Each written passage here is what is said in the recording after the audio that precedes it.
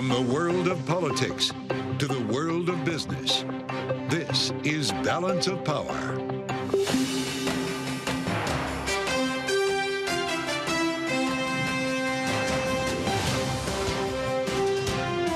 Live from the Democratic National Convention in Chicago.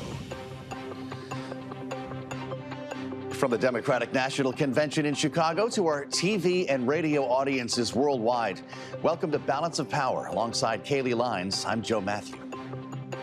It's the honor of my life to accept your nomination for Vice President of the United States.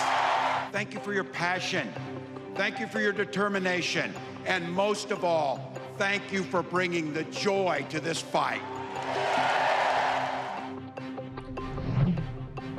The governor of Minnesota, Tim Walz, on his big night, the running mate, of course, holding forth on night 3 here. Welcome to the Thursday edition of Balance of Power. We're live in Chicago on what is now day 4, culminating all of this exercise this week, the speeches, the organizing, everything leading us up to the moment that Kamala Harris will accept her party's nomination in prime time, assuming things, Kaylee, go on schedule. Well, that might be a big ask considering the way the convention has gone thus far, but it is worth noting this is a very different convention than Democrats thought they would be throwing just 1 month ago. It would have been Kamala Harris that gave the vice presidential acceptance speech last night. Instead, she is accepting the Democratic nomination for president tonight, and in doing so becomes the first ever woman of color to claim that title as Democratic nominee. Yeah, we're in an historic period of time here in American politics with a whole new reason here. And you're right, just 4 weeks ago, imagine the extent to which this race has changed, leading us up to this moment today. There are thousands of delegates here in Chicago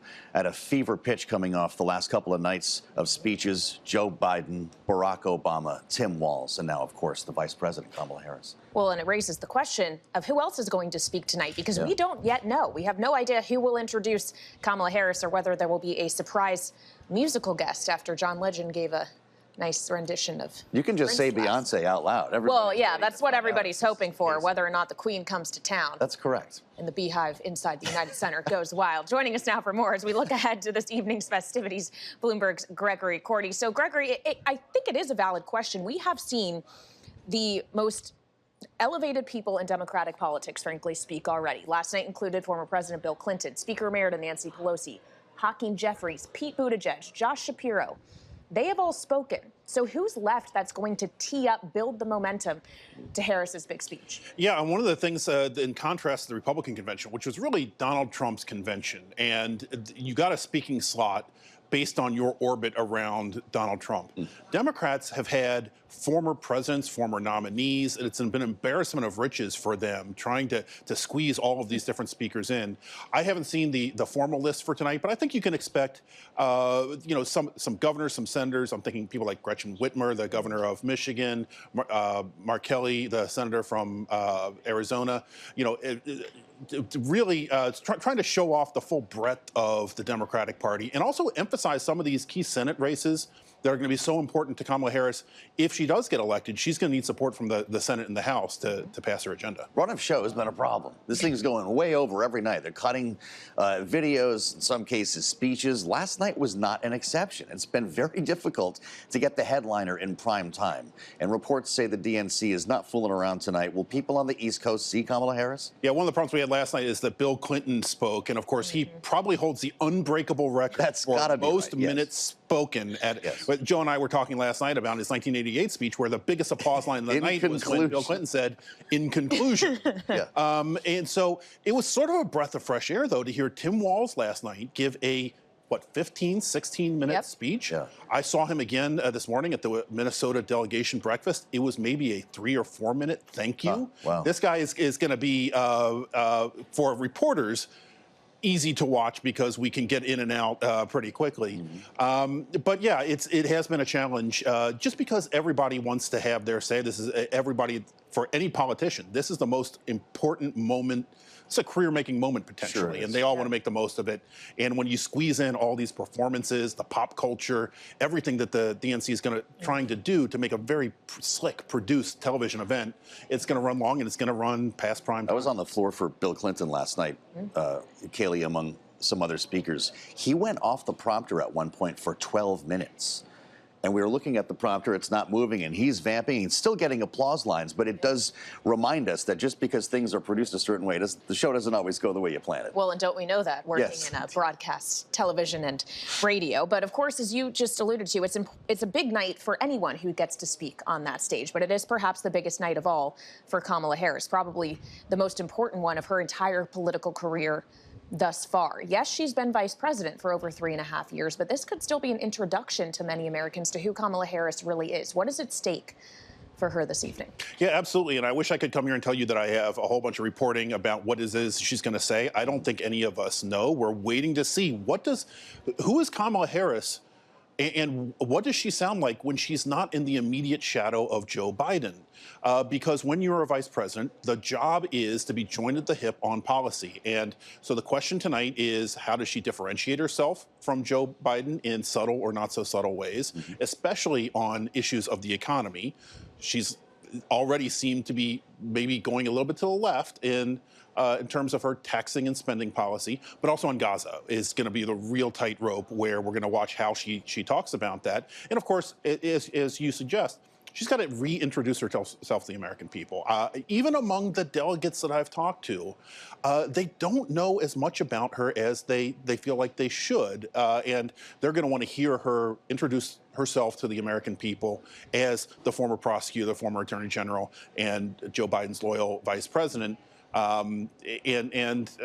Because it's only 74 days until the election, and she's a brand new candidate. That's true. It's been really interesting to watch Democrats leverage celebrity, entertainment, the influencers we talked a lot about, the 200 of them in the hall. Oprah Winfrey was the late ad last night. We thought she might speak, but wasn't on the initial schedule. They're trying to get the element of surprise, get the element of culture involved here in a different way than Republicans seized with Kid Rock and Hulk Hogan.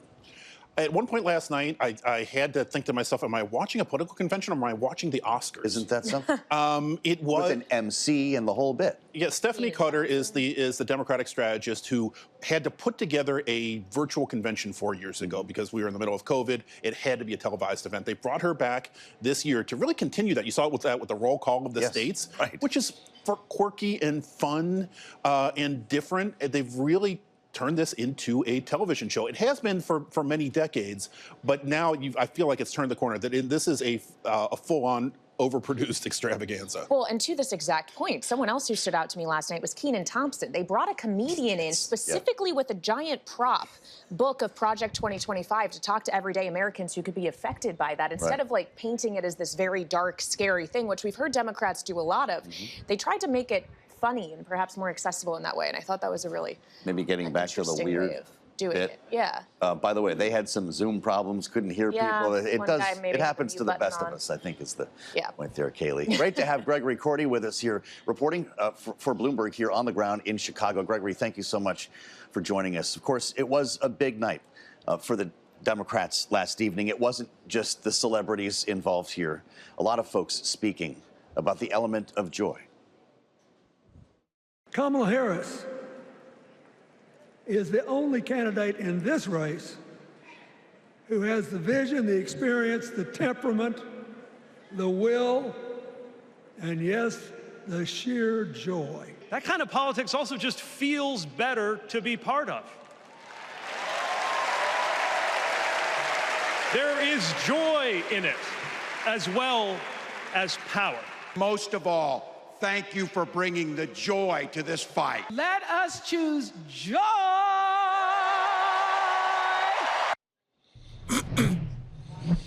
That's joining us now. Our signature panel, Rick Davis, partner at Stonecourt Capital, at the table. Of course, longtime Republican strategist, and Jeanne Zaino as well, Democratic strategist, senior democracy fellow with the Center for the Study of the Presidency and Congress, Democratic strategist, as I mentioned, Bloomberg Politics contributors. Here we all are. The big day. This is why we're here. I want to start with last night, though, before we start asking you guys what Kamala Harris is going to say later. Oprah Winfrey, the secret weapon for the Democrats in this convention? Absolutely. Now, why did Rick and I not get an intro like she gave to Kamala Harris, right? That's for the special tonight. Rick Davis!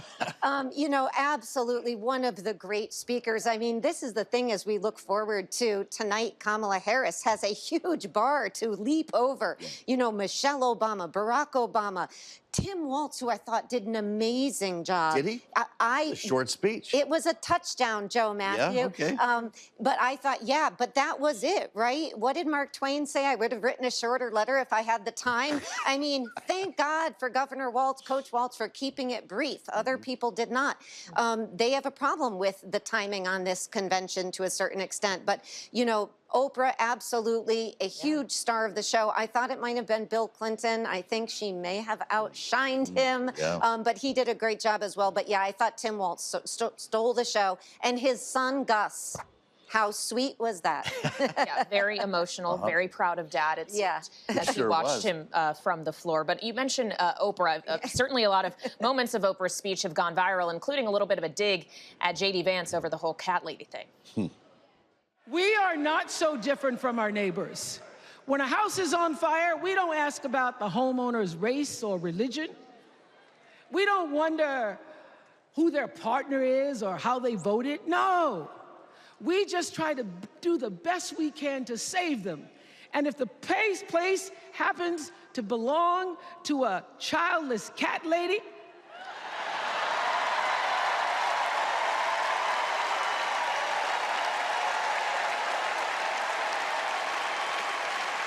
well, we try to get that cat out too.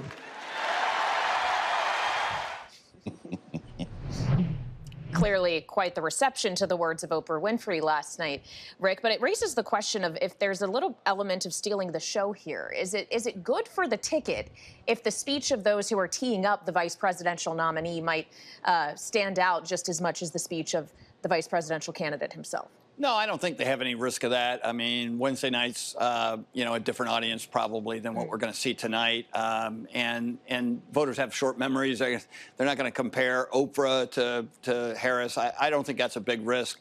If anything, you want to have as many eyeballs on each night as you can get. And as we heard from Gregory, this is a bunch of really well-known speakers the Democrats have thrown out there. They all exceed the Hulk Hogan factor. I mean, it's a good group. But I would say I think it's been way too subtle, right? Conventions are about putting that red meat out on the table. You know, it's hard to get Americans' attention, and a subtle dig at Vice President nominee or Vice President candidate Vance about cat ladies that have no name ID. I mean, if you took a poll today and said, what do you think about cat ladies? They'd like, what are you talking about? So, like, I think the whole thing was way too subtle. I mean, it's not overselling, it's underselling. I mean, there were very few direct attacks on Donald Trump, direct attacks on J.D. Vance. This is the opportunity to speak to 20 million people. And it was almost like, oh, we're just going to be kind of cool. And, you know, I actually think that on a messaging front, totally fun, great eye candy, you know, hoopla for the crowd. But making progress in this campaign is about leveling your message and directing attacks. And there were very little messaging there that is going to be good for voters, especially swing voters in key states, and very few attacks that are going to stick to the president and J.D. Vance. Bill Clinton tried to get to that at some point. He seemed to be the attack dog last night. It was the we the people versus me, myself, and I. He called Donald Trump a whiner. He even got to Hannibal Lecter with some pretty good laughs for the crowd. But to Rick's point, does Kamala Harris need to name Donald Trump tonight and talk about him directly? See, I don't think so, and this is where we disagree.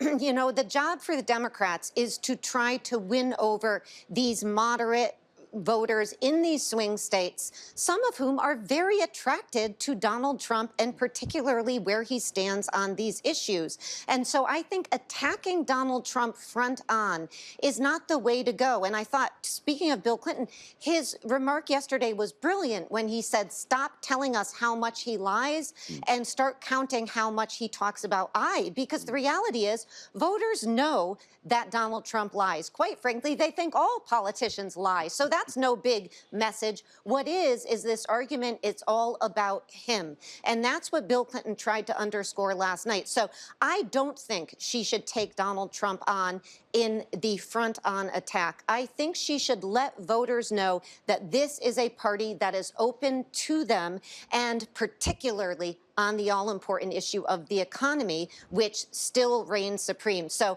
I think they don't have to attack him straight on. There's been enough subtle attacks. And by the way, on the cat lady, did they have to swing to that one woman in the audience and stare at her? I love cats. This was not right. Yes, it could be a dog lady.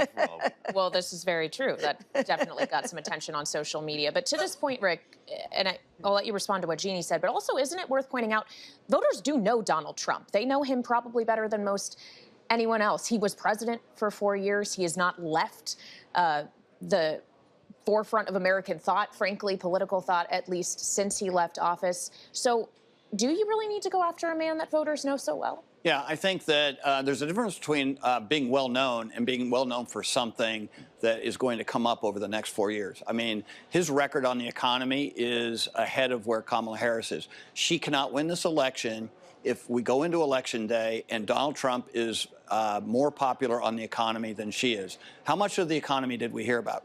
This is Bloomberg. We actually think that those things matter. We think Donald Trump's economic plans are inflationary and add enormous amount of money to the national debt. Did you hear any of that at this convention? So you're not a peep. Don't you don't go have after to attack the that. man. Yeah, go the after personality the contest, you're always going to lose against Donald Trump because he's always going to say something more outrageous, more inflammatory than any normal person's going to do. But he has a policy that he has actually articulated, and it's not just a big book called 2025. Yeah. And they've done a good job at demonizing that. Why don't you crack it open and start talking about some of the things that are in there? I just think that this was an opportunity the last 3 days to lay out what the Democratic attack against Donald Trump's next 4 years are going to be. And it's not about cat ladies, and it's not about, Donald Trump as a person. That's a settled case. Voters have already made their minds up. What they want to know is, how am I going to live better? And if his policies are going to make that worse, you should be talking about it. We have less than a minute. Can that be fixed tonight when Kamala Harris gets on the stage? I would be shocked, based on what we saw last week when she articulated her own tax policy, her own economic plan, that they're going to go anywhere near that. So they will have missed this opportunity with millions of Americans looking in for the first time saying, what's this all about? All right, Rick Davis and Jeanne Zaino, our signature political panel, who will be with us for the duration today on this final day of the Democratic Convention. With more next hour. Thank you both so much. And still ahead on this special edition of Balance of Power, live from Chicago and the DNC, is the first White House National Climate Advisor. Gina McCarthy is going to be with us in just a few moments. So stay here on Bloomberg TV and radio.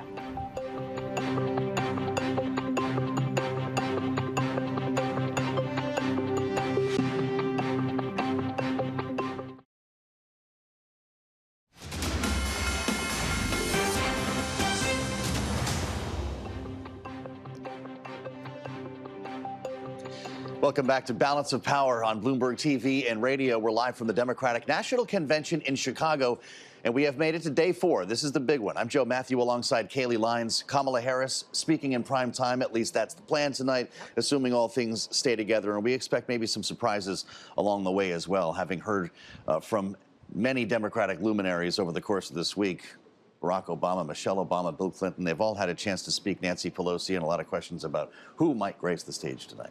Indeed, but we do know we will hear from Kamala Harris, the Vice President of the United States, the first woman ever, of course, to hold that title. She will now become tonight officially the first woman of color ever to become and accept the nomination for president from the Democratic Party. And we have a few questions about her speech tonight, Joe. The extent to which she attacks her opponent, Donald Trump, how much of this is a reintroduction to the country, a relisting of her resume, if you will, and also whether or not she's going to get into real specific policy. We've been warned not to expect too much in terms of substance. Well, remembering the hour-and-a-half-long stemwinder we got from Donald Trump on his fourth night of his convention in Milwaukee, there is a thought that maybe keeping this efficient would be helpful and not going too deep into details. There'll be time for that as we move closer to a presidential debate on the 10th of September. But of course, Kayleigh, when it comes to issues like the economy, when it comes to the border, we could hear about that. And, you know, energy policy is going to, of course, be a major theme in this campaign. And I suspect we're going to hear about it tonight. Yeah, it's already shaping up to be a top issue on the campaign trail, but we haven't received many details yet when it comes to Kamala Harris's plan. Bloomberg's Tyler Kendall has more on what we do know. Tyler? Yeah, hey, Kayleigh, we're still waiting for additional details from the Harris campaign when it comes to their energy agenda. But for the Trump campaign's part, they have been capitalizing on this issue on the campaign trail, urging more domestic drilling in a bid to lower energy pricing. For a sense of the messaging from the former president, take a listen to him on the campaign trail this week as part of his counter-programming to the DNC. What they've done to inflation, and they caused it with energy. If we were there, our energy, we would be so dominant all over the world right now. We were already energy independent. I made you energy independent, but we would be energy dominant. Trump has also repeatedly highlighted then candidate Harris's 2019 comments she would support a ban on fracking. The Harris campaign says that's no longer her stance, alleging this is instead part of Trump's, quote, attempt to distract from his own plans to enrich oil and gas executives. We should note U.S. oil output has reached record highs under the Biden administration, but it's becoming a key issue in some energy-producing battleground states like Pennsylvania, which is the second largest producer of U.S. natural gas. It's also where Democratic Congressman Brendan Boyle is from. You two had the chance to catch up with him yesterday on Balance of Power and ask him about Vice President Kamala Harris's reverse when it comes to fracking. I would expect and certainly hope for an evolution on certain issues. I think it's appropriate. And in the end of the day, I think she arrived at the right place, both in terms of policy and politics.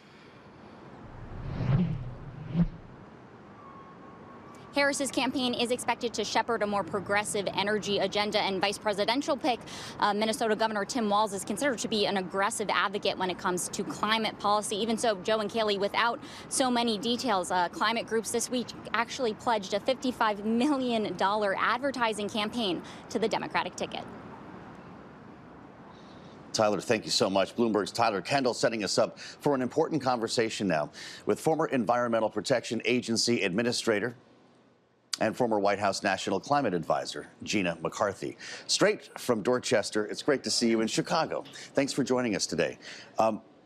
We'd like to get specific with you because you can clearly get the sense that people are looking for details. But I want to start more broadly. Are we going to hear about climate and energy policy tonight when she speaks to people, not just in the hall, but those who are at home? Well, clearly, you're hearing from a ton of climate advocates, and it was already mentioned that it's a $55 million plan that they're putting out to invest in Kamala Harris and Tim Walz because they are climate champions, and they have a proven record that we can rely on. So just how much she wants to get into details on policies and including climate change really is not a concern for all of us who know where she lands on climate and how much effort she's going to take to actually address the climate challenge and accelerate our ability to advance clean energy. Well, and certainly she's attached to this current administration, which got through the Inflation Reduction Act. She, of course, in her role as vice president, had to be active on the Senate floor for that one. But that has passed, and they were able to do so because they did, with her tie-breaking vote, have both chambers of Congress. We don't necessarily know that that will be the case, even if she does win the presidential election, which would leave much more up to regulators, say. Given that the Chevron doctrine has now been reversed, without control of Congress, what really is going to be the power of the presidents and the regulators they appoint to lead agencies like the EPA to do things on their own? Well, I think it's really important to recognize that Chevron doctrine often applied to EPA requirements and rules and regulations, and EPA is very good at figuring out how to address those challenges and move forward with the kind of protections we need, not just on climate, but air and water, all the kinds of pollution that families care about.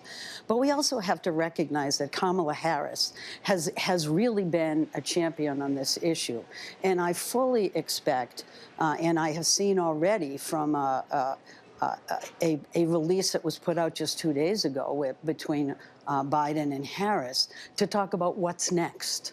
So we are not worried that we're going to stand still. And frankly, I'm not worried about the American public really getting behind these climate actions because they save families money. They grow jobs. You see the unions there at the DNC. They're excited about how much is being built again. So we've already seen a great shift. And remarkably, it almost looks like the IRA is bipartisan. Now, hopefully it was, and it will be, but you have Republicans now who recognize that most of the money is going to their districts. And they're signing letters saying we're not going to get rid of the IRA. So there is something very new afoot. And I think it's all about the shift from talking about anybody's personal interest to actually the interests of the people in the United States of America. And that is beginning really to grow. What do you make of this whole fracking flap? Republicans have seized on this turn by Kamala Harris, having at one time called for a federal ban on fracking and obviously has turned away from that now. You heard what Brendan Boyle said in an awfully important state like Pennsylvania. Are you disappointed that Kamala Harris has turned away from her original stand on this, or is fracking an essential component of our energy infrastructure? You know, I think this is all being put in the context of trying to figure out how the shift to clean energy and away from oil and gas can become some kind of a platform for the Republican Party. None of this is a fight right now. What we need to talk about is how do we make that shift to clean energy, and how do we keep people's energy at a lower cost. And we can't shut off oil and gas today or tomorrow. We have to make that transition forward. And part of the challenge is that I think the oil and gas sector hasn't actually responded well to the climate crisis. In fact, they're supporting a lot of the Republican sort of platforms that seem to make it a controversy, when in the end, it's very simple. You know, people need to have clean energy because they need cheaper electricity costs. People need to have vehicles that they can move forward in that won't pollute them and kill their kids. There's a whole range of opportunities here. And part of the excitement today is that the DNC has never been more hopeful. You know, I've seen a lot of these conferences, and honestly, we now seem to have an ability with the vice president and with the governor to actually land together to bring unity here in the United States again, to get away from the bipartisan nonsense, to bridge the gaps that we have seen before. And that's what makes us so hopeful and such an opportunity moment. And I just hope we can all grab it.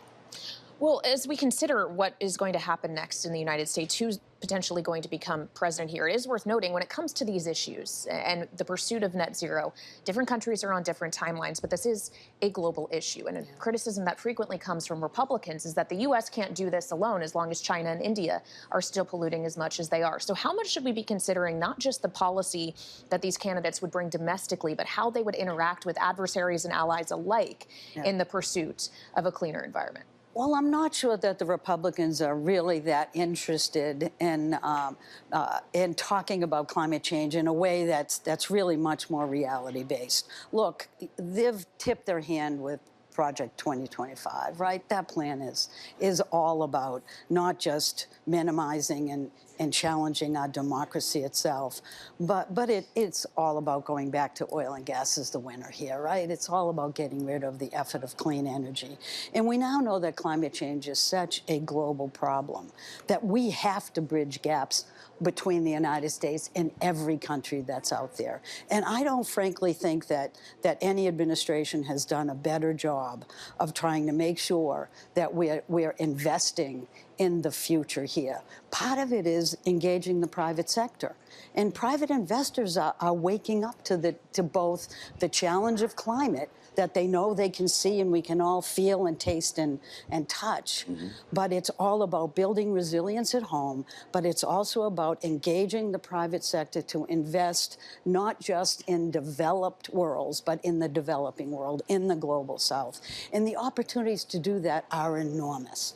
And so I am seeing a shift not just in politics around this, but really in the fundamental way in which our country and others are looking at their economic opportunities moving forward. We don't have to invest in a way that's going to disadvantage our country. We need to invest in a way that provides opportunities to our country, but more broadly, that makes this the global challenge and opportunity of our lifetime.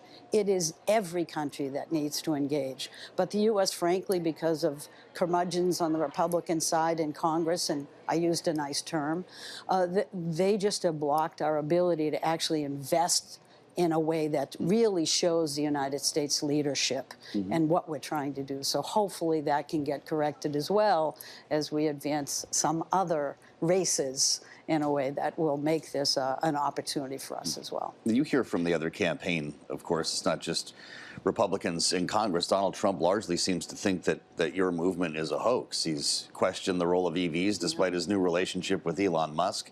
He says that windmills don't work, they kill birds and cause cancer. Solar doesn't work. When the sun isn't out, you can't watch TV at night. A lot of people take him at his word there. How do you go up against a message like that? I think you just have to tell the truth. You know, plus the other exciting thing is, first of all, windmills, seriously, windmills. I feel like we're back in Holland from 50 years ago. But the issue is that people are beginning to see both the threat, but they're also of climate change, but they're also seeing that it makes a difference in their lives. We already have 3.4 million homes that have grabbed Inflation Reduction Act monies in order to reduce the costs associated with putting solar in their homes and making their homes more efficient. When people start seeing these benefits, I mean, we are talking about $400 billion in private sector investment. That is thousands and thousands of jobs. And that is real human beings getting a shot at being in the middle class because they have a job again, you know? So it's that excitement that we have to really amplify. We need people to understand that it's not about the planet, it is about the people and them, their families, their communities. And as money gets invested, we are really seeing significant opportunities for individuals to sort of feel it themselves. That's when it's going to take off. And frankly, the outline of new proposals and how much we can do that was just delivered by Biden and Harris really show you the path forward. All right, Gina McCarthy, great to see you here in Chicago. Of course, former administrator of the EPA, thank you so much for your time here on Bloomberg TV and radio. Now, we do want to bring you some breaking news that has just crossed the Bloomberg terminal regarding Venezuela. Venezuela's top court has now certified the re-election of President Nicolas Maduro. This is according to broadcast and state TV in Venezuela. Of course, the opposition had rejected his claim of victory. The U.S. itself has raised some concerns about the way in which this election result was brought. But again, Venezuela's Supreme Court has certified President Nicolas Maduro's re-election. So that's the latest in politics elsewhere. But we also want to get the latest on financial markets and take a look at trading on this Jackson Hole week. In addition to Convention Week, Bloomberg's Abigail Doolittle has a check on the markets for us. Hey, Abigail. Hey, Kaylee. And it's interesting you should mention that Jackson Hole because earlier today and yesterday, all week really, there's been this feeling of wait and see for what will Fed Chair Jay Powell say tomorrow in that really annual keynote speech, widely expected probably to point to the idea that they will, in fact, be on this trajectory of cutting that the markets have them on. But at one point today, stocks were down sharply. The NASDAQ 100 down more than 1%, a lot of it having to do with chips. So some jitters ahead of course, that big day. Now, if you put all of this together for the S&P 500, right now, really not doing all that much over the last 3 days. This really points to, again, that uncertainty. What will the chairman of the Federal Reserve have to say out in Jackson Hole? But, of course, there is also election 2024. And what's really interesting that's happening this week, as the DNC is happening, the betting odds between VP Harris, Kamala Harris, and the former president, Donald Trump, really narrowing. So when Harris was first elected to the Democratic ticket, or, the presumptive nominee at that point, there was a 30% spread in the favor of Donald Trump. That then quickly shifted in favor of Kamala Harris by 18%. Right now, though, it's really narrowing. There's just 4% between Kamala Harris on top and Donald Trump below. So that means lots of uncertainty right into November. What will their policies mean? What will this mean for the stock market? Typically, presidential election year is very good for stocks. That is the case right now. But again, lots of uncertainty. As for that Harris trade itself, right now we have D.R. Horton. That is that home builder that caters to first-time home builders. You know, with her economic policy, the skeleton of it revealed last week, $1.7 trillion, some of that going to down payments for first-time home buyers. Well, today, that stock, after hitting a record high yesterday, taking a bit of a break. We also have DJT, Trump Media Group, Technology Media Group, taking a break, down 2.2% after surging 13% yesterday. And then bringing it back to the Fed, Joe, well, that 10-year yield, it's up 8 basis points, really going in the opposite direction of what traders would be thinking if they think that Fed Chair Jay Powell will be somewhat dovish in terms of the idea of signaling cuts. On the other hand, yields are down so much that 10-year yield, or excuse me, 2-year yield, right around 4%, down a good 100 bips from where it had been not so long ago. Abigail, thanks so much. Bloomberg's Abigail Doolittle live in New York with her eyes on the markets as we continue our coverage here of the Democratic National Convention in Chicago. I'm Joe Matthew alongside Kaylee Lyons as we add the voice of Seth Harris, the senior fellow at the Burns Center for Social Change at Northeastern University, former top labor policy advisor to President Joe Biden. He, of course, part of this convention. And it's great to see you, Seth, at the table. Thanks for joining. The role that labor is playing in this campaign has really been fascinating. We've been talking about it since long before Kamala Harris was at the top of the ticket. A lot of people stopped down when they saw Sean O'Brien speaking at the Republican National Convention. And there have been dozens of labor leaders speaking at this event. Should the Teamsters have played a bigger role? Why did the Democrats invite Sean O'Brien? Well, they invited a couple of dozen Teamster retirees to tell the story of how the Biden-Harris administration basically saved their retirement by ensuring that they would get the pensions that they've been counting on for their entire working lives. To me, that was an immensely powerful moment. I happened to be sharing a hotel with those retirees, and they were so enthusiastic and moved by the experience. I don't think the Teamsters endorsement is going to turn on whether President O'Brien got to speak or didn't get to speak. It's really going to turn on policy and where they think they're going to be able to be most successful going forward. Obviously, I think that the case for Vice President Harris is a very powerful one. I thought Sean O'Brien showed some real guts showing up to the Republican National Convention. You could probably hear a pin drop in the hall when he was talking about rich, powerful corporations and working people.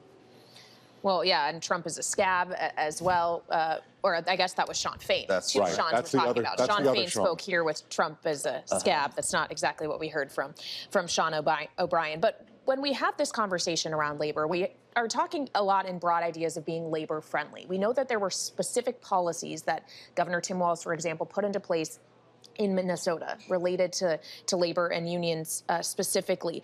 Is that something that they're going to be able to do realistically, though, on a national federal scale? How does what someone can accomplish in a state in this second term, he's had Democratic control of the state legislature, translate into something that people across the country can believe they can see? There's a very close alignment between Governor Walz's agenda in Minnesota and Vice President Harris's and President Biden's agenda at the national level. So President Biden and certainly Vice President Harris have been vigorous advocates for paid family and medical leave. I think there is the opportunity with some members of the Republican Party to make some kind of an effort, not merely on family leave, paid leave, but also on child care, other parts of the care economy, elder care, home health care, because that's a topic that some members of the Republican Party have been talking about. Now, let me just say the Republican nominee for vice president has talked about those issues, but really has proposed nothing. J.D. Vance wants to expand the child tax credit, for example. Absolutely, not quite as much as Vice President Harris does, but he does want to expand it. So I think there are some opportunities for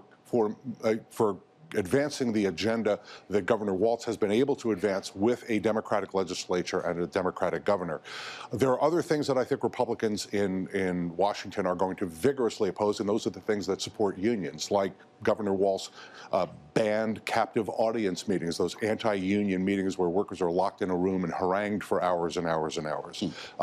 He was able, though, to do something that was done at the national level as well by the Biden-Harris administration, and that is to to invest in infrastructure, to invest in changes that will address climate change, and to make sure that those jobs are good union jobs. So there's a very, very close alignment.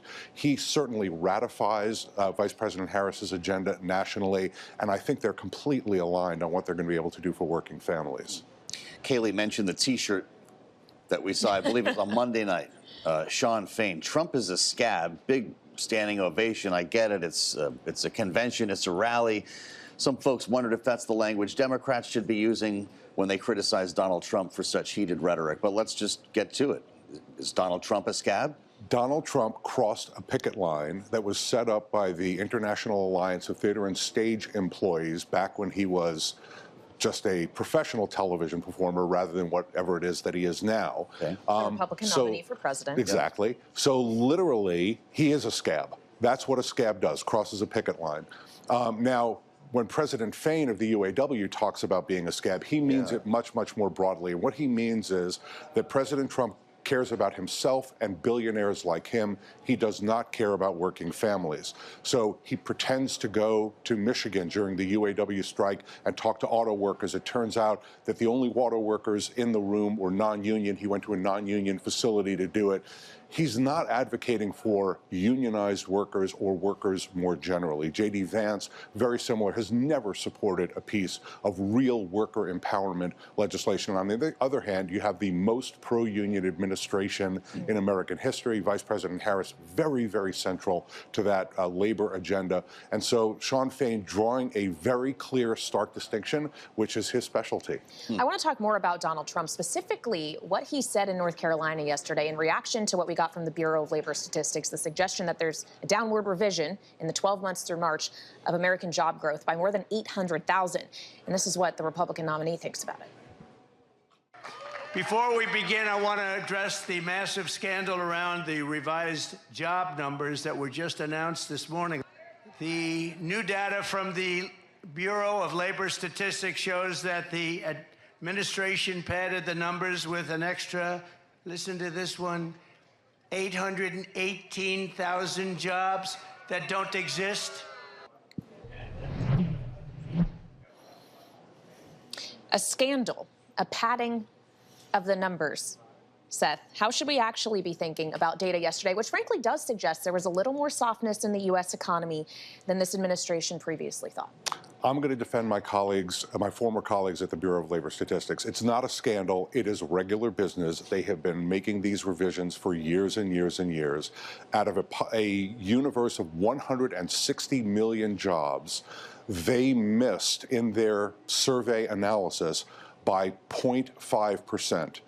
If Donald Trump were accurate in what he said 99.5% of the time, this would be a very, very different country and a very, very different presidential race. Now, this 818,000 jobs revision is a meaningful and important piece of information. And what it tells us is that we thought we had a great labor market. We only had a good labor market. It's not a disaster. It doesn't mean a recession is coming. It doesn't mean that people are, lining up and selling apples in the street like during the Great Depression. It's nothing like that. We are in need of a little bit of juice from the Federal Reserve. They need to cut rates by, my view is at least 50 basis points, not merely because that will juice the economy and get more jobs into the economy, but also they need to send a signal that inflation is not the only thing they care about. Inflation is almost at target. By some measures, it is at their policy target. But they need to send a signal that jobs also matter. Unemployment also matters. They have a dual mandate. And right now, they're sending a signal, well, we're not concerned enough about jobs. And these numbers just reinforce that. But that dual mandate, that's a big deal. And we heard weeks ago from Jay Powell that the job market is once again in balance. So doesn't that trigger the alarm to start cutting rates? I don't want to use the word alarm because I'm not an alarmist, and I don't think that this is a crisis situation. It suggests that they need to make a revision, and probably they're a little bit too late. They probably waited a quarter or two too long. But in fairness to them, they didn't have these numbers any earlier than the rest of us. They didn't know that we were growing at an average, the job market was growing at an average rate of around 170,000 instead of around 220,000. That is a meaningful difference. Remember, there's somewhere between 75 and 150,000 workers entering the labor market every month on average. So the difference between having 75 or 100,000 extra jobs, tightening up the labor market, driving wages up, creating more opportunity for workers who maybe have been left out of the labor market for a long time, and only having a little bit, 10,000, 20,000, that is a meaningful difference. So I think Chairman Powell not apologizing, but sending a signal that they know they need to move, and I expect they will move in September. All right, Seth Harris, who advised this administration on labor. Thank you so much for joining us here in Chicago. We appreciate your time, sir. And as we continue this conversation about the economy, it is also worth discussing some of the economic proposals that have been put forward by Vice President Kamala Harris, including what she would like to do on price gouging. This is something that Senator Ron Wyden, who chairs the Senate Finance Committee, spoke about with our colleague Anne-Marie Hordern earlier today here in Chicago.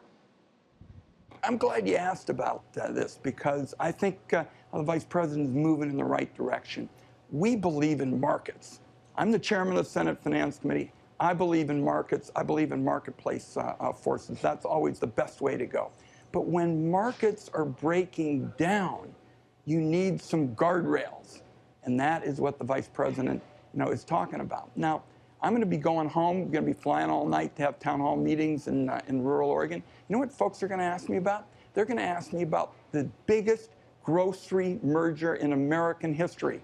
Kroger's and Albertsons. Do you think it should go through? Well, what I've said is I think we ought to kind of take a time out. I've been part of the effort with Congresswoman Jayapal to say, let's have kind of a recall on this decision for a while and think through how to come up with a fair agreement. But what I can tell you is when milk is $4 a gallon in a lot of places, meat $10 a pound. A lot of people are saying, get us a fair shake. And the concentration and consolidation we've seen in these food markets, I think is what we got to deal with. And while economic policy has been a target of Republicans targeting Democrats with that issue, we've seen other issues come up consistently as well, including as we sit here in the city of Chicago on the issue of crime and security. And we're joined now by former mayor of another big city. The former mayor of New York City, Bill de Blasio, is here with us on Bloomberg Television and radio. Great to see you in Chicago, sir. Thank you so much for joining us. We actually spoke with Mayor Eric Adams yesterday about this issue of crime and what the proper messaging around this is for the Democratic Party right now. Kamala Harris, of course, is a former prosecutor. It would be easy for her to present a tough on crime image theoretically. Republicans, though, seem to disagree. There's also the risk that you alienate some within the Democratic Party if you're too tough seeming. So how do you walk the line here? Well, the first thing is to put in context. Look, we had a horrible situation all over the country with gun violence during COVID. That is receding everywhere. So the first thing is to remind people we're moving in the right direction. Second, I think the fact that she's a prosecutor is a huge plus. I'm a progressive, but I sure want to see people who have committed a crime pay the consequences. I think most people, whether right-wing or left-wing, feel the same way. So you can talk about a fair criminal justice system, but also talk about consequences for those who've done wrong.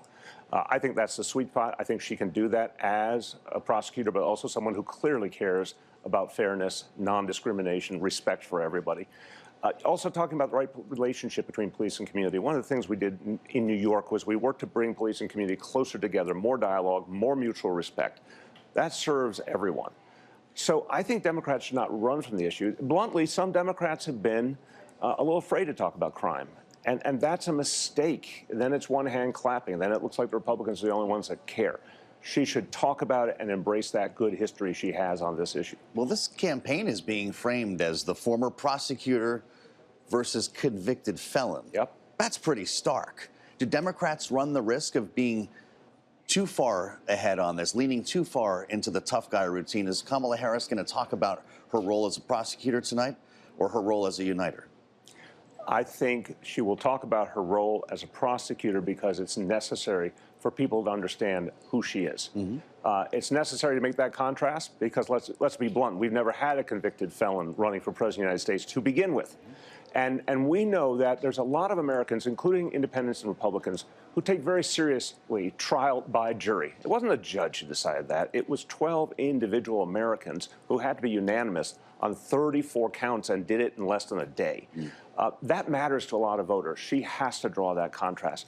But at the same time, what people care about the most, obviously, is the most fundamental kitchen table issues. That's why she's going to talk about addressing inflation and price gouging. She's going to talk about healthcare costs and prescription drugs and a woman's right to choose, which I think still is the dominant issue in ways that are not being recognized by a lot of the political class and the pollsters. Because voting is emotional, it's personal. Nothing could be more personal than control over your own body.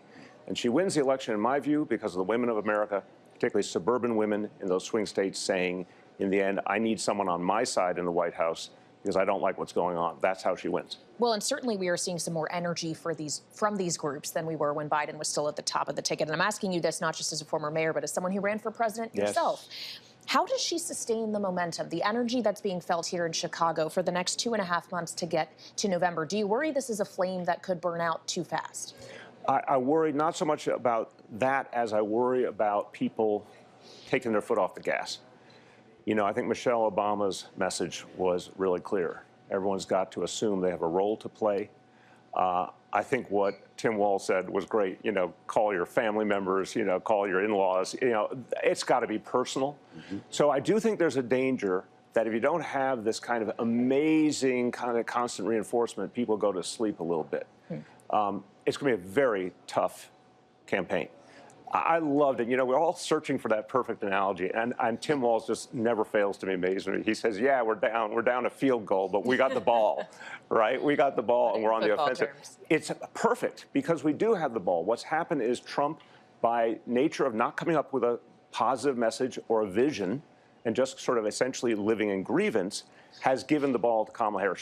He's given her the opportunity to stay on the offensive. She has to sustain that with new ideas. There's a lot more we have to hear about where she's going to take us. And that each time will create energy. But also everyone who believes in her, we got work to do. Well, Mayor, it's great to see you. Good to see Thanks you. For spending some time with us while you're here in Chicago. Enjoy the big show tonight. I'm assuming you're in the hall. It's going to be amazing. You know who's introducing Kamala Harris? I don't. Tell me. Have you Tell heard me. about Beyonce? Text us when we find out. I thought you knew. It's Beyonce. Everyone knows. They just haven't out. come out with it yet. Former Mayor Bill de Blasio, thank you so much for being with us here on Balance of Power on Bloomberg TV and radio. We've got a lot more coming up in the next hour. Of course, live from Chicago as we bring you voices from the Democratic National Convention and from Republicans as well. We'll be joined by Senate Majority Whip Dick Durbin at the table, former Deputy Director of the National Economic Council, Bharat Ramamurti, and of course our signature panel. You can't do this without Rick Davis and Jeanne Zaino. It's all ahead right here on Balance of Power on Bloomberg TV and radio.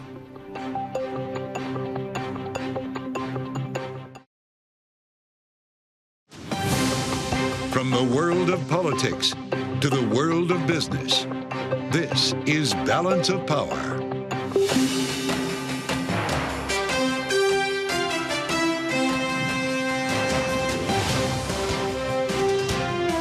Live from the Democratic National Convention in Chicago.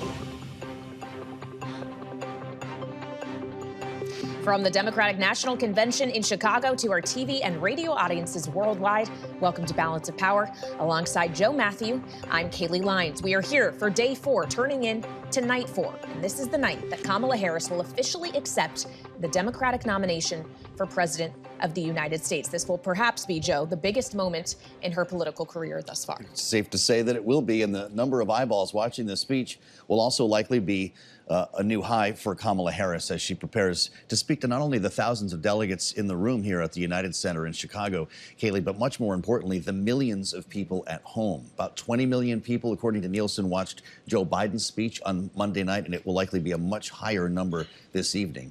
She wasn't in the hall last evening, reportedly stayed in the hotel, going over the speech, getting ready for the final preparations here as Tim Walz had his moments in the sun. Yeah, and his moments were briefer than what we heard from some other speakers last night. He spoke for roughly 15 minutes, but of course he did so after prime time was technically over. I believe he took the stage at 11:22 p.m. Eastern time. Right. And the question is also going to be for those running the convention today, can they get the nominee's speech, Harris's speech, into those primetime hours? Are we going to see a more tightly run ship tonight, as we still don't know how many other speakers will be coming before her or who they might be, Jeanne? Yeah, I'd get ready for some surprises. Oprah Winfrey was the big surprise last night. I know Beyonce's got to be in town, right? So there's much more, I'm sure, that we're going to learn over the course of this day. And Bloomberg's Laura Davison and Hadriana Lowenkron help us with that, covering the campaign and this convention here in Chicago. It's great to see both of you here. My gosh, is that what we're in for, a Beyonce show tonight? Who knows? At this point, we're really prepared for any and everything. Yeah. As you mentioned, there were some surprises. I do think it'll be interesting. This is Harris's chance, not just her introduction to talk about maybe some policy, maybe give some more detail from what we have seen in the past. We know she unveiled some economic policy earlier, but also the chance to tell her own story, her own identity, which we know has been under attack by Trump. So it's the chance to, again, introduce herself to the voters, introduce herself to the public, as we know Walz did last night. I just feel like I do need to say, after whispering Beyonce in an interesting way to our Bloomberg and TV radio and TV audiences, we don't actually know that Beyonce is coming. And if she does come, this will be one of the best kept secrets for sure. in American politics if this thing doesn't leak. But we will all find out together tonight. We'll also find out what exactly, to Hadriana's point, Laura, Kamala Harris is going to say, to what extent she's going to balance her own resume and all about her versus about Donald Trump, the man she is running against, versus the actual policy that she would like to pursue. How do we expect she straddles all of those different things at once? So there's two really important things for her to do here. One is to define herself and then define her vision. She can let Walz, she can let Bill Clinton, she can let the Obamas go after Trump, and then she can be the forward-looking one of what she's going to do. The challenge she has right now is, one, is she is well-known but not really deeply known. She's not been on the national stage for all that long. She also has not really laid out much of a policy plan. She put out a couple things last week, but because she is malleable, essentially. So people can see in her what they want to see. That can be a positive, but it can also be a negative in that people, maybe don't have enough information to really, sink their teeth into something. The theme tonight, I don't think we've mentioned yet, is For Our Future, remembering that this is all about looking forward now that we've heard from the party elders, if I dare call them that. If we're talking about our future, that's going to be obviously some soaring rhetoric, I suspect, from Kamala Harris, some big ideas about where we're going. But does she actually stop down to criticize Donald Trump? It's interesting when we talk about freedom and we talk about the future, because this is something that typically the Republican Party has, in a sense, had some sort of monopoly over. They're the ones with the American flags, with the USA, the patriotism. And we really saw day after day, even looking in the crowd, a bunch of USA signs, delegates I spoke with, decked out in red, white, and blue, again, speaking to some of the optimism that they have, that they say is reminiscent to Obama of 2008. So to your point about, how much attacks should there be, I think a big question will be how forward-looking and, would the attacks be better off from others? Because we know from Trump, he just had a rally yesterday, and he was kind of speaking, allies have told me not to go after these attacks, but should I? And his supporters were saying, yes, do that. So she might want to then draw a comparison and say, he's going to go after those attacks. I'm just going to stay keeping forward, focused on policy. So that might be something that she decides to do to kind of, maintain that stark contrast with Trump. Mm-hmm. Well, and Trump suggested that it's hard for him to focus on policy when you have the likes of the Obamas, for example, attacking him after they spoke earlier this week. Sure did. And certainly this convention does present an opportunity for Democrats of all kinds to lob whatever attacks they wish, bring the message to the stage, rev up the crowd and the people decked out in red, white, and blue, bring the party together. But this is also a money thing, right? Like, this is a huge ability to fundraise that the Democrats could have put together here in Chicago, knowing that they do have some fundraising advantages over Republicans right now. Certainly that is true of the Harris campaign relative to the Donald Trump campaign. How should we be thinking about the money aspect here, Laura? So a fascinating stat, this is a new data that came out yesterday, and that Kamala Harris, in the first 11 days of her campaign, had as many donors as Joe Biden had during the entirety of his year-plus campaign. So people are coming in with money, and they're coming in very, very quickly. We've seen that just in, the 4 weeks, 5 weeks she's been in the race, she's outraised Donald Trump. No party is going to be without money here. We should not be crying poor for either side. They're spending a lot. They have a lot to work with. But in those key swing states where it matters, in hiring canvassers, hiring advertisers, or hiring advertising, this will be really important. In 2020, Trump ran out of money in the September-October timeframe. So if the campaigns don't spend wisely, if donors dry up, it can be a difference changer. The numbers are incredible. Latest fundraising for the Harris campaign shows the camp pulling in $204 million in July, more than quadruple the total of Donald Trump's campaign. The convention itself is a fundraiser. They're going to add to that number this week, right? That's definitely to be expected, and I think this points to a lot of the enthusiasm that we're seeing. We're seeing bumps in polling, but the question is, how long will this last? Is this kind of a honeymoon thing?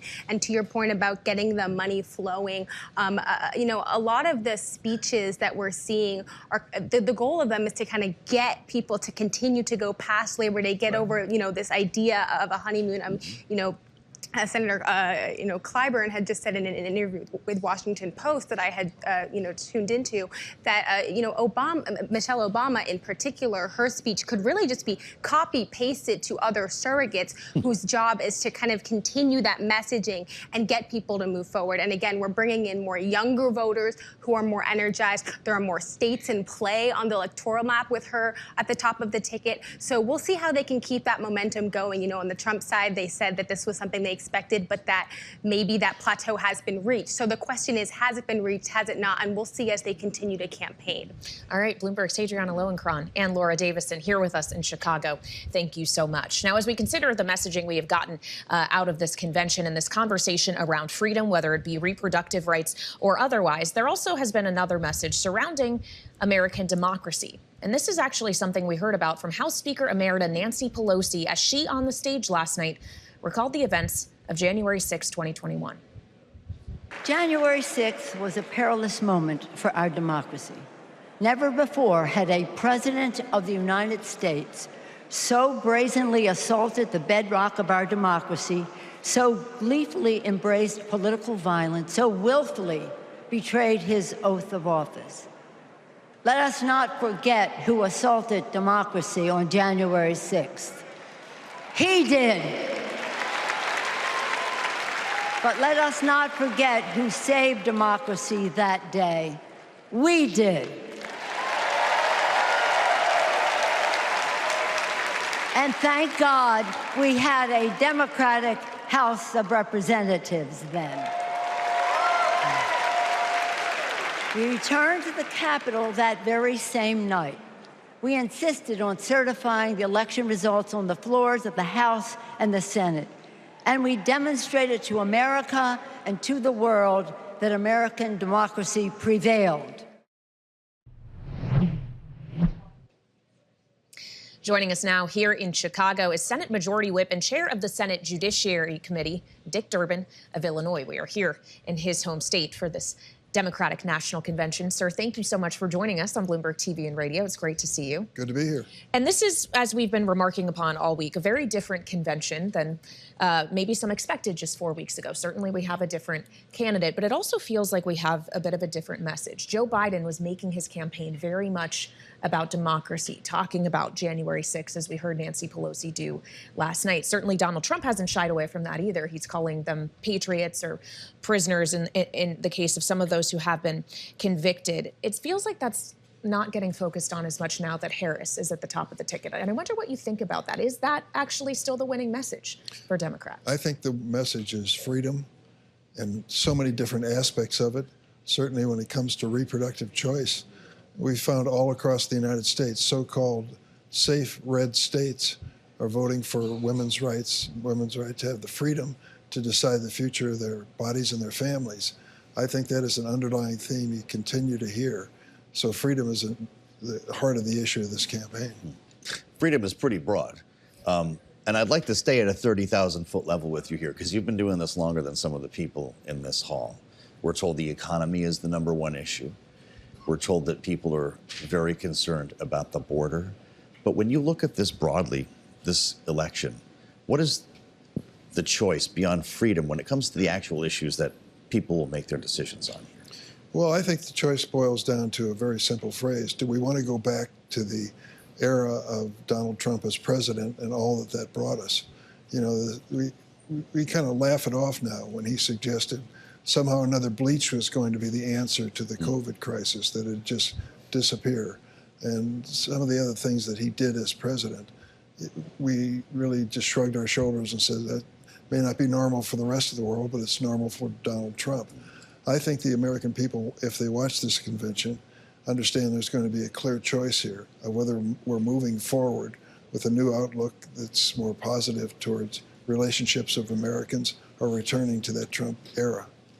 Well, and part of the Trump era was marked by his ability to appoint a number of conservative justices to the Supreme Court, some of whom, of course, have come under fire or have been looked into by the Judiciary Committee within the last years. There's been concerns raised about ethics. How much of this election is also about the next president's ability to potentially change the shape of the court, knowing that one of the things Joe Biden wants to do before leaving office, or has suggested seeing done, is Supreme Court reform?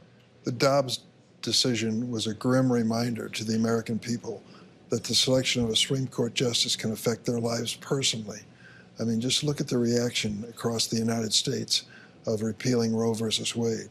Donald Trump brags about that, but I can tell you most Americans don't brag with him. They think this is a serious problem, and it is a serious problem for women and their families all across the country. So it's a reminder, too, that that basic freedom needs to have someone to protect it, and Kamala Harris will do that. When I think Dick Durbin, I think Chicago, and I'd like to hear from you on what this convention means for the image of this city, maybe the economy as well. You've got thousands, tens of thousands of people from around the country in town here, and Donald Trump is comparing Chicago to Afghanistan. He says it's more dangerous than Afghanistan, pointing to the 117 shootings on the 4th of July. What do you want people to take away? People are watching this from all over the country about Chicago that they might not know this week. Well, crime and gun violence is an American problem. It isn't just a Chicago problem. Yeah. And they can try all they wish to blame this administration or the Democrats because of the political makeup in Illinois. But the bottom line I'm hearing from conventioneers is they've been dazzled by the city. Luckily, the weather couldn't be better for an August in Chicago. But in addition to that, the mayor's done a great job in cleaning up the city and a terrific job with law enforcement to make sure that we give people their First Amendment rights, but to stop them short of violence or vandalism. It really makes me sick to my stomach when I hear J.D. Vance going up to Wisconsin and talking about the terrible situation with crime in Chicago. Yeah. It was J.D. Vance personally that stopped the appointment of a permanent U.S. attorney to the city of Chicago. J.D. Vance personally. I confronted him on the floor of the Senate several times over that decision. He said he wanted to grind the Department of Justice to a halt. You tell me that's a law and order candidate? I think it's a weird candidate, to be honest with you, who suggests that closing down the Department of Justice is the right thing to do. And he did it. Senator, you just alluded to some of the protests we have seen since being here in Chicago, though they have been, I think it's fair to say, smaller in scale than many expected or even feared coming into this week when it comes to the protests over the war ongoing in Gaza. Has it surprised you the degree to which they haven't been as disruptive or as robust? And do you think that may be attributable to the change in candidate? This isn't Biden's convention, it's Harris's. I think that's it. I think you put your finger on it. Plus, there was a conscious effort by the mayor and other leaders to work with the demonstrators and say, we will protect your First Amendment rights, but we're not going to condone violence and vandalism. We just not accept it. We're not going to accept that. And so the police have done a good job here, I think. And when you consider past conventions, that is a very positive thing to say. But the bottom line, as far as I'm concerned, is we understand and they understand. If the alternative is Donald Trump, in making these foreign policy decisions, they're willing to work with Kamala Harris to see if there's a reasonable way to resolve these. Is that right? And Joe Biden has struggled to reach a ceasefire here. It was back in May when he rolled out that initial 6-point plan, and he says he's going to make this the priority for the rest of his term. If he cannot secure a ceasefire, is Kamala Harris going to have an easier time doing it?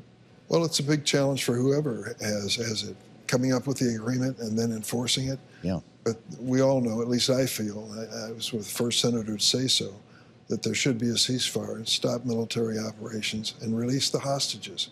That, I think, was the starting point to eventually finding some solution in the Middle East. Mm-hmm. I've been disappointed with Mr. Netanyahu when it comes to a two-state solution. I believe in it. I think that's been our policy in the past and should be again. Well, obviously, he wants to see that done. As I mentioned earlier, he also would like to see reforms to the Supreme Court, something that would take congressional cooperation. And I'm not sure, sir, how realistic you think that may be, which brings us to the point of whether or not you have more faith now than you would have maybe 4 weeks ago for your party to retain control of the Senate, for you to be able to retain your place as the majority whip. There is no question there is a new spirit and energy in the Democratic Party for this election. It started when the decision was made by Joe Biden to step aside, a selfless decision that I respect him for very much. And that new attitude and approach is something that Donald Trump's been unable to match. He just can't do it, and he's frustrated by it. That's why he says these bizarre things about, we'll have one election, this will be the last one. What in the hell is he talking about? This is America. He doesn't get to dictate it. The Constitution makes it clear what the law is. And he's reaching out in every direction, flailing away because this is a new candidate he didn't anticipate. I suspect that you've had a chance to talk with your old colleague from the Senate about his decision to drop out of the presidential race. Did you give Joe Biden any advice? Did he have words for you? We did not. And I made a point after 30 years of friendship not to make a public statement, but to be in contact with him and talk to him. And I've done that since, after he made that decision. But what it boiled down to were 2 sentences in his speech to this convention. I love this job, but I love this country even more. And I think that really spelled out his resignation to the fact that he is now going to be moving on and has to live with his record, which I think has been one of the best in history. Well, it's great for you to come and see us in Chicago. Thanks for showing us around town. Glad to have you here. Come back sometime when there's no Absolutely. There's weather like this. Might see a little more of the city that way as well. Senator, thank you. And we'll see you back in Washington. That's Dick Durbin, of course, of Illinois. Thank you for the time today on Balance of Power. We've got a lot more ahead from Chicago as we hold forth here at the Democratic National Convention. We're just getting started. Kaylee, this is a big day here. Kamala Harris in prime time tonight, of course, and some smart voices ahead here on Bloomberg, including Rick Davis and Jeanne, Zaino, our signature panel on the way next. This is Balance of Power on Bloomberg, live from the Democratic National Convention in Chicago.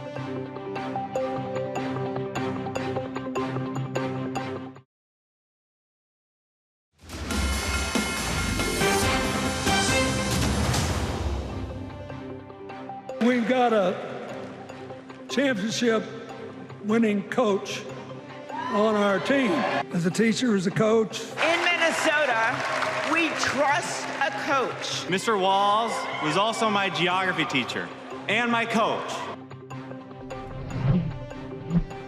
Speakers at night 3 of the Democratic National Convention talking about coach and Minnesota governor and vice presidential nominee Tim Walz. Welcome back to Balance of Power, live from Chicago here on Bloomberg TV and radio. And while it was the coach we heard from last night, Joe, it is Kamala Harris we will hear from tonight on the last night of the convention. And the question is she going to introduce herself as prosecutor, vice president, or Kamala? Or maybe someone else will introduce her to take care of that. But I suspect she's going to have to strike all of those themes here while also taking aim at Donald Trump. This is a tough job, of course, and we spent some time now with our political panel to talk about the strategy, what to expect tonight. Rick Davis, partner at Stonecourt Capital, is here, Republican strategist, of course, and Jeanne, Zaino, senior democracy fellow at the Center for the Study of the Presidency and Congress, both, of course, Bloomberg Politics contributors. So you've got your candidate, a couple hours to go. How do you spend a day like this, refining the speech, getting this individual ready to talk to millions of Americans on TV tonight? Yeah, they have their candidate. Let's put it that way. Fine.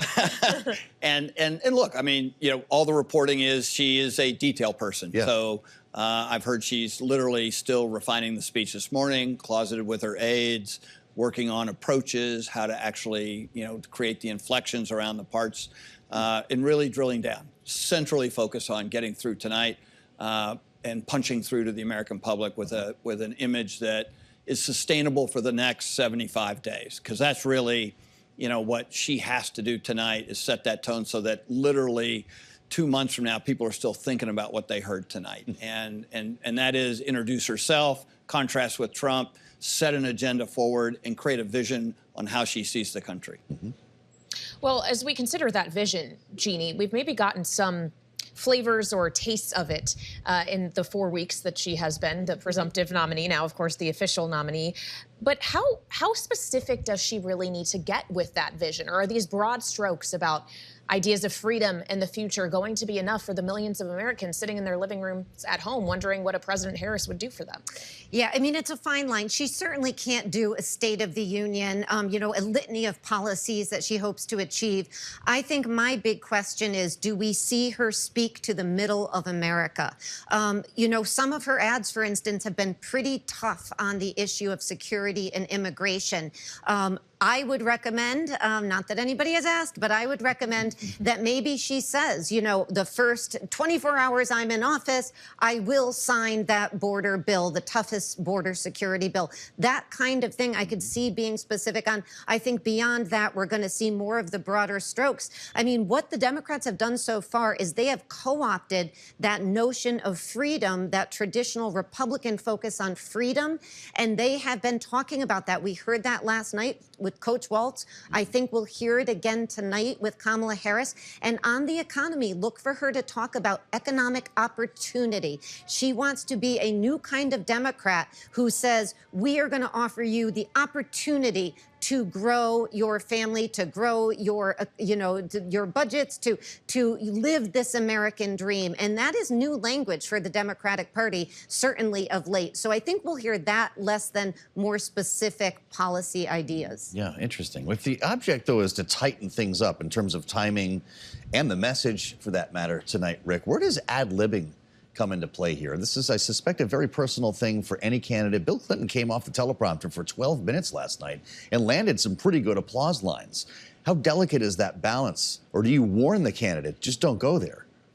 I know Kamala Harris, and she's no Bill Clinton. I wouldn't allow any ad-libbing. I mean, that is just a dangerous thing. And those lines, if they're that great, should be written into the speech and coordinated with rallies on the floor. In other words, you run an enormous risk of flopping with an ad-lib. And Bill Clinton can get away with it because he's Bill Clinton, one of the best communicators we've seen in 2 generations in American politics. Someday maybe we'll say that about Kamala Harris, but we're not saying that today. And why start with a mistake? She has to have a flawless performance tonight because this is her singularly biggest audience she's going to see between now and Election Day. Maybe the debate will have as many, if not more than this, but this is all her time. She doesn't have to share it with anybody, and she needs to knock it out of the park. People are expecting a lot. This is a convention that's had a lot of eye candy, right? People are like, wow, we're winning. And she's got to convey, she got to sit at the top of that pyramid, and so she's got to do better than Bill Clinton. She's got to do better than Oprah Winfrey. She got, I mean, like, the bar is up there, and she has to meet the moment. Okay, so Rick Davis not expecting off-the-cuff Kamala Harris tonight, maybe teleprompter Kamala Harris, but that's been one of the lines of criticism she's faced from Republicans, this idea that she's only sticking to the teleprompter. She's not answering questions. She's not ad-libbing. She's not doing anything on the fly. She's only doing very targeted, controlled environments right now. How soon after this convention, after she gives this speech tonight, does she need to sit down for an interview or hold a press conference like we've seen Donald Trump doing in recent weeks? Yeah, I could agree with Rick more. Don't rock the boat tonight. Stay on the teleprompter. I don't even think, quite frankly, it worked that well for Bill Clinton, and he is a brilliant communicator. Tim Walz, what he did last night was 15 and a half minutes, and it was really, really good. So stick to the teleprompter, and I think she will. But soon after, they are going to have to do a tough media interview. I'm questioning, do we see her do it with her husband? Do we see her do it solo with her vice president nominee? But she is going to have to answer some tough questions. I would say take a couple days, regroup, and then get out there and answer that. I don't think she needs a press conference. I think she needs to talk to reporters. But by that time that happens, she's got to be very careful she doesn't make a mistake. And that's tough to do because, to Rick's point, her only time to correct that then would be with an audience as big as she might get at the debate, and that's even iffy. We're at like 75 days from today, which is insane. Horrifying, actually, in some regard. But to consider that, do you sit Kamala Harris down with Oprah Winfrey? Does it need to be a journalist who's going to come in with gotcha questions? And do you wait till after the debate? These are really tough questions that I've unfortunately been in the debates on. We had this with Sarah Palin. I mean, nobody really got to know her until her convention speech, and we wanted to make sure she was ready for prime time, and spent 10 days getting enormous amount of criticism from the media about not sharing her with them. Right. And difference here is Kamala Harris has been in the White House. She's done lots of interviews. She's competent, and so it's more like what you were saying. Who do you want to pick for that first sit down? But the sooner you do it, the better off you are, because you don't want that pressure to build up to the point where any little mistake in that interview is going to cause the press to collapse upon you. And of course, that's what happened to Sarah Palin. So maybe do that before the debate so it's not an issue in the debate. That's all Donald Trump will talk about that night. Honestly, I mean, knowing what we know, I'd have her do it the day after the convention. I'd have her do it on a Friday afternoon, lead into the weekend, so that the Sunday shows are all talking about that great interview, and just to get it off the table, right? Stop all this chit-chat about this. It's not productive. Finally, as we talk about chit-chat, the chit-chat in Chicago has been whether or not we're going to see Beyonce show up, whether or not we're going to see any kind of celebrity introducing Kamala Harris tonight, if it's going to be a family member, if it's going to be one of the high-profile Democrats we haven't heard from yet, like, say, Michigan Governor Gretchen Whitmer. Jeanne, how beneficial is this element of surprise? Do you think it's actually going to make more people want to tune in because they don't know who they're going to see? They don't. It's working for me, Kaylee. For your sake, I hope it's Beyonce or Taylor Swift. I still am going with Julia Louis-Dreyfus, but who knows? But for me, this question works. So, and I think Rick would say no to Katie Couric. That would be his no interview. So, for Kamala Harris. So, and you guys, he would say yes to. Again, standing invitation. Yeah, that's on known. Bloomberg TV and radio for all of the candidates, vice presidential and presidential alike. Rick Davis and Jeanne Zaino, thank you so much. And as we play this game as to who we're going to hear from tonight, it's because we've already heard from a lot of the powerhouses within the Democratic Party, including some others who were on the vice presidential shortlist, as we understood it. We heard last night from Governor Josh Shapiro of Pennsylvania. We also heard from the former South Bend, Indiana mayor and transportation secretary, Pete Buttigieg. When the dog is barking and the air fryer is beeping and the mac and cheese is boiling over, and it feels like all the political negotiating experience in the world is not enough for me to get our 3-year-old son and our 3-year-old daughter to just wash their hands and sit at the table. This kind of life went from impossible to possible, from possible to real, from real to almost ordinary in less than half a lifetime. But that didn't just happen. It was brought about through idealism and courage, through organizing and persuasion and storytelling, and yes, through politics, the right kind of politics, the kind of politics that can make an impossible dream into an everyday reality.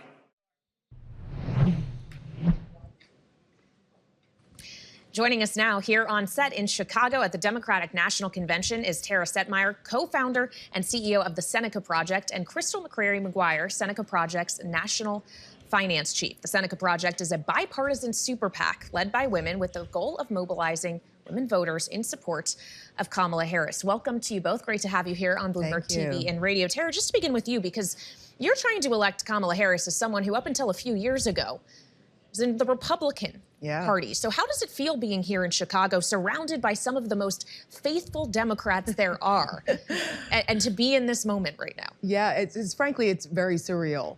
But you know what? This is what happens when you're on the right side of history and the right side of our democracy. And for women, this is our moment. We have really never seen a moment like this for women, the impact that this election will have on women and what's at stake for women.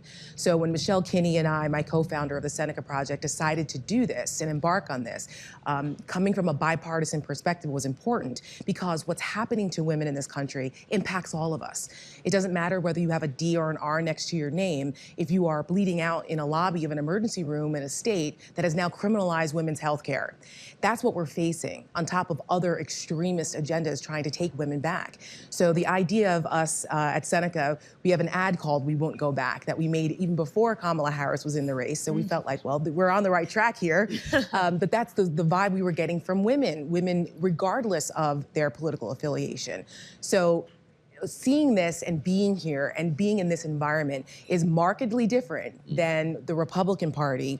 And the joyful warriors that are here, the camaraderie, the energy, the enthusiasm, it's inspiring. And we firmly believe that if you galvanize women, we'll save this democracy. And that's our goal at Seneca Project. Well, we spent a lot of time talking the last couple of weeks about the rapid turn that this election has taken, this campaign. It was just a couple of months ago, people were talking about suburban women breaking for Donald Trump, that this whole thing was falling apart for Democrats.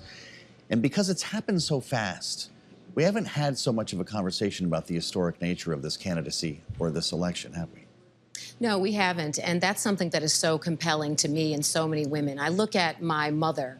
We're Michiganders. She's 98 years old. And she was talking to me actually a few months ago about how we're angry. And I was like, who's angry? And she was like, me and my crew of girls that are like 75 to 103 years old. I said, why? And she said, because they're trying to take away our rights. They're trying to take away our rights to choose. And I was like, Mom, you're 98. You talk about reproductive justice or reproductive freedom? And she said, do you know how many women I knew pre-Roe who died during childbirth? And that hit me in the core. And what I love about the Seneca Project is that it's bipartisan.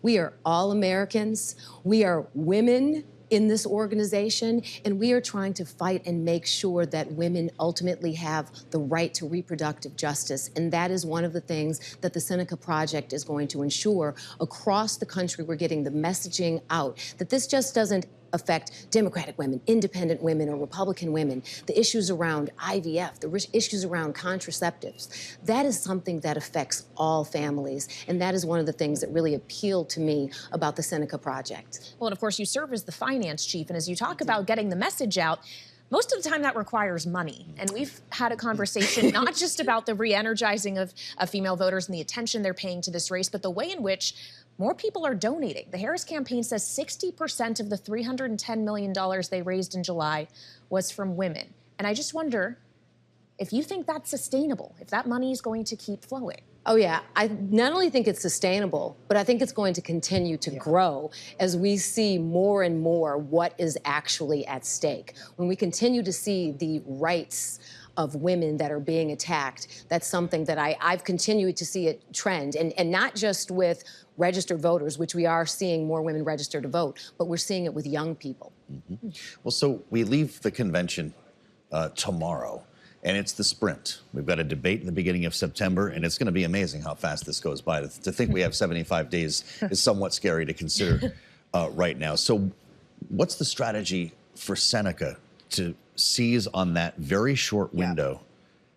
What's the road show going to look like? What do you have planned? Yeah, so I think that this truncated timetable actually benefits us because the enthusiasm level is so high that post-Labor Day is really when everyone starts to pay attention. That's right. And so now when ballots start getting sent out and women particularly are paying attention to all of the things that are under attack and under assault, that transcends party lines, they're going to go, okay, what do we need to do?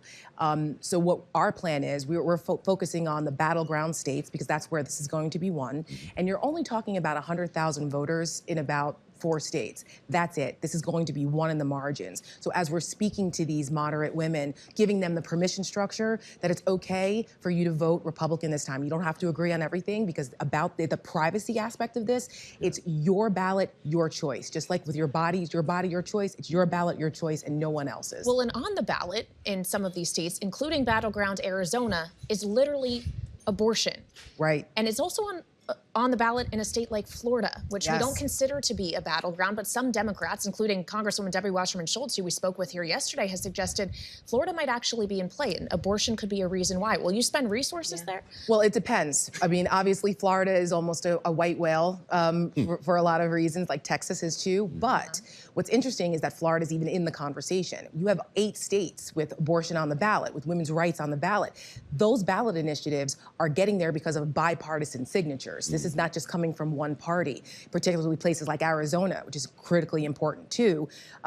577,000 signatures. It's a record. That means that these are women from all across the board and men who are looking at the situation. We also talk to the girl dads because we know that the relationship between dads and daughters is a very powerful one and a very persuadable one. So we'll also be targeting those girl dads, explaining to them what's at stake and do they really want their daughters in a future where they don't have the same rights as their grandmothers. So that is all part of our comprehensive strategy of targeting those women in battleground states and places where they have ballot initiatives is even better because the ground operations there keeps people Everyone's engaged. welcome. That's right. Everyone's welcome. That's right. Come one, come all. That's this right. is for women. We want you to help the Seneca Project get some of our ads on the air in the battleground states and beyond, because this affects all Americans. You said something important, though. We're talking about 100,000 people. Think of what that is on a percentage. This is like a basis point of the entire American Truly population. on the margins. Oh my gosh! So why waste time in anything other than the 7 battlegrounds? It's like a Michigan home game, right? Right, Crystal? Why would you- Michigan Hail to football the home victors. game, We're right? going to the big house now. Okay. Why would you look outside the swing states, though, when you're fighting over that small a number? Well, that is what we're doing at the Seneca Project. We are within the swing states, to your point, and it will be decided there. And we are deeply committed to getting the messaging across around reproductive freedom for all women, all families. Do you really feel like you're being competed with on this messaging, or the counter messaging rather? Because when Joe and I were in Milwaukee last month, listening to those who were on the stage, a lot of them, white men specifically, the issue of reproductive rights kind of being ignored. We had a lot of conversations with this notion that the Republican Party seems to have abandoned the attempts to court suburban women. Well, that's unfortunate. We'll take the suburban women, great. But do you think you're having to fight them for that vote, or do you think that vote actually, you're the only one with that audience that they're targeting? I think we're not taking anything for granted, right? Would you say that, Tara? I mean, we're not taking anything for granted. I would agree with that. This is going to be a tough race. This is by far, we're going to win it. No. We're confident that there's a path to victory, but this is going to be incredibly close, which is why every vote matters here. And the fact that the Republicans chose a ticket that wasn't exactly friendly to women's needs or rights, and that they're taking that for granted and almost disrespectfully insulting women like this, they're almost doing our job for us as far as messaging is concerned, because women can see through this. They can see through the insults. They see through the childless cat lady comments. And, every week it's a different set of insults for women, different demographics of women. And that mobilizes women. And, they're looking at this and saying, we are not going to put up with this anymore, and you're not going to take our vote for granted. We make up the largest propensity of voters in this country, and we're the majority in this country. We're coming out. So it's at their, so if MAGA wants to continue to do that, it's at their own risk. I wonder what you expect to hear on this specific issue tonight from Kamala Harris. It was noteworthy. Joe Biden does not like to say the word abortion out loud. He doesn't. Should she?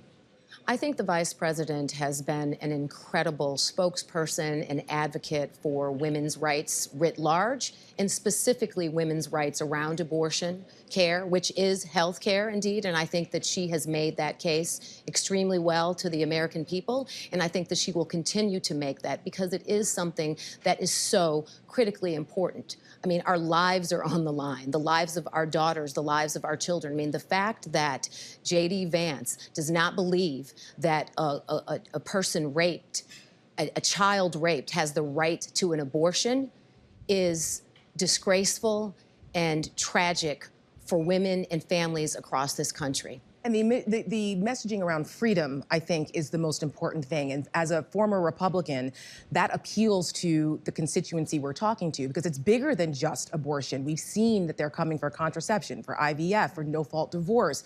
It's the freedom. Do you trust women to make the best decisions for their families, for their bodies, for their daughters and their futures? And Republicans don't seem to do that. But I think what Kamala Harris is doing, messaging everything around the idea of freedom, is taking that back. Republicans do not own the concept of freedom and individualism. And so that's what I think has been a very smart pivot in the messaging that's appealing, particularly to those right-of-center women who are looking for that permission structure to vote for Kamala Harris. Republicans don't own what it means to be a patriot. Correct. And I think that that's something with the Seneca Project. We are patriots, and this is for all Americans, again, no matter what your political affiliation is. Tara, Setmeyer, Crystal, McCrary, McGuire, of the Seneca project. What a great conversation. Thank you so much for being with us today in Chicago here on Balance of Power on Bloomberg TV and radio. As we now turn to Bloomberg's Abigail Doolittle in New York for a check on how the markets are behaving today. Hi, Abigail. Hi, Joe. Well, the markets are actually not looking very good at this point. We're near session lows. The S&P 500, that very broad index, down about 0.8%. The tech-heavy NASDAQ down more than 1%, and the chip index down 2.3%. So we've gone from this sleepy wait-and-see week, waiting to see what Fed Chair Jay Powell will say in Jackson Hole tomorrow, to a bit of a sell-off, not quite to the degree that we had a few weeks ago, but nonetheless considerable declines. Now, given the fact that the SOX is underperforming, we can take a guess that it has to do with some chip stocks, NVIDIA in particular. In fact, NVIDIA, from a technical perspective, is breaking down to some degree. It is creating lower lows over the last couple of days, and the 10-year yield, the 2-year yield and the 10-year yield, for that matter, not helping out, going in the opposite direction of what investors might be expecting for a cut. But relative to NVIDIA, that might be the bigger event, actually, than Fed Chair Jay Powell tomorrow, because, of course, they will be reporting earnings next Wednesday. And while growth is expected to be big, it's not going to be as big as it had been the last quarter. Revenues are supposed to be double on a year-over-year basis, but the quarter before up 262%. On the bottom line, it's really supposed to be much less than the 600% growth. Some investors may not be aware of that, while others who are taking a look at that. And if we broaden out into, let's call it the Trump trade, the Harris trade, we have other technologies trading lower as well. You could say that's a positive for Donald Trump, maybe a negative for Kamala Harris. It's hard to say. One thing we do know, though, is Amazon delivery drivers have won an NLRB decision. That could be one reason that stock is down. Microsoft, on the other hand, it seems to be a part of that big tech trade. And then we have a bit of a broadening out relative to some of the other names that ExxonMobil is higher, JP Morgan, Wells Fargo. So some of those old school names, not tech-oriented names, Kelly, doing a little bit better. So it's interesting that we're seeing this. Not a lot of strength for the Harris trade today.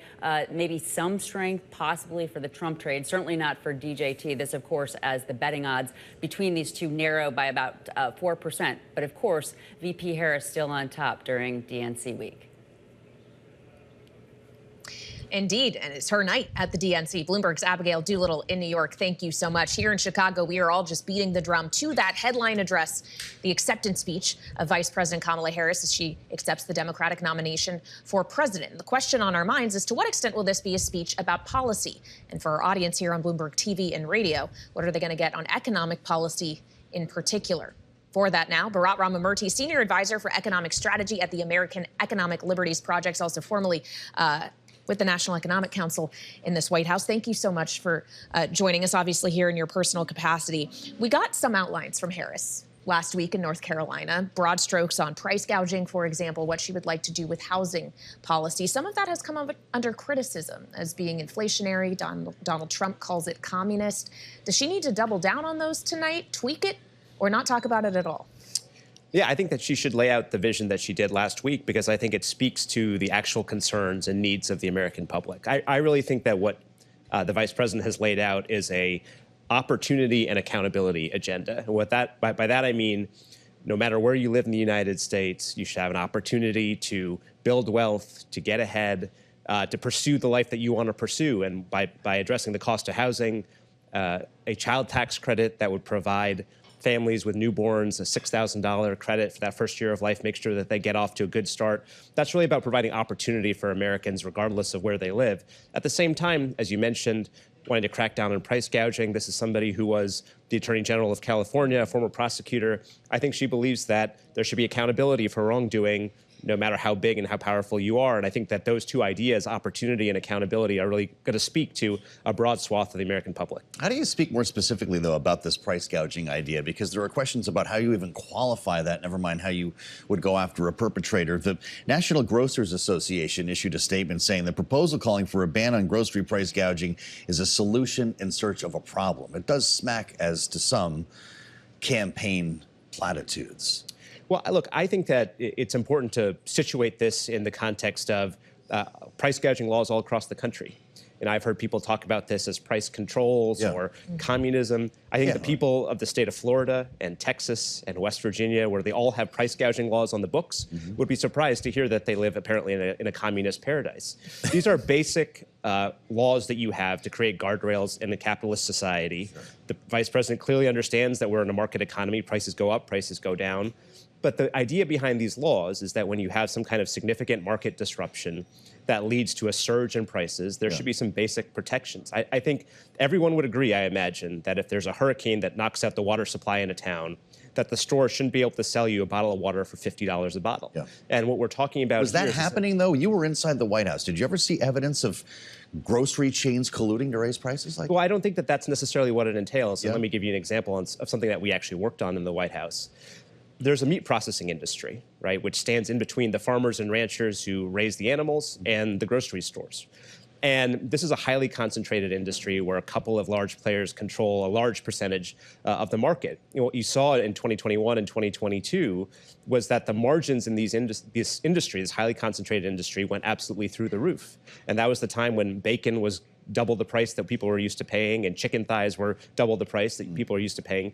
So there are these types of market issues, and it's not just the grocery store chains, it's people and companies all up and down the food supply chain. I think it's important. All we're saying is, all the vice president is saying is, there should be some federal authority working with Congress to make sure that consumers aren't being taken advantage of when there are big disruptions in the market, like we saw coming out of the pandemic. And of course, it's inflation, trying to address inflation, that a lot of this comes from. We know that has been it is one part of the Federal Reserve's dual mandate, the other being, of course, full employment. And we got some employment revisions from the Bureau of Labor Statistics yesterday, downwardly revised by more than 800,000 jobs in the 12 months through March. If you listen to Donald Trump talk about it, he's calling scandal. This was him in North Carolina yesterday. Before we begin, I want to address the massive scandal around the revised job numbers that were just announced this morning. The new data from the Bureau of Labor Statistics shows that the administration padded the numbers with an extra, listen to this one, 818,000 jobs that don't exist. Last hour, we spoke with Seth Harris, formerly of the Labor Department, who defended his colleagues at the BLS, his former colleagues, that is, saying this happens all the time. And we know here at Bloomberg that to be true. What it does suggest, though, is that this was a softer economy than this administration thought, than perhaps Kamala Harris herself thought. It obviously comes against the backdrop of Jackson Hole. How should we be thinking now about the trajectory of this economy moving forward in the next months leading up to this election day, and whether more softness may materialize that Harris could take blame for? Well, first, I want to defend my former government colleagues and say that there's absolutely nothing nefarious going on here. This is the type of revision that happens all the time. In fact, the job numbers were revised down 500,000 in the Trump administration in 2019. So they should be beyond reproach. The other point is, yes, I think the job numbers are a little bit softer than we would have anticipated. Even if you deduct those jobs, we're still growing at a pretty steady clip for this point in the cycle. Remember, it's harder to add jobs when you're at sub 4% unemployment. That's just how these numbers work. That said, and I've said this on this show before, I think that the Fed made a mistake by not cutting in July. I think that they should be strongly considering the possibility of a 50 basis point cut in September, because if you look at the balance of risks right now, I think the risks on price stability and inflation are much less severe than the risks of the job market, where if you look at hiring rates, quits, unemployment claims, there's a whole bunch of data that suggests that there is some stress in the labor market right now. If they don't cut by 50 basis points, what does the job market look like in November for the next president?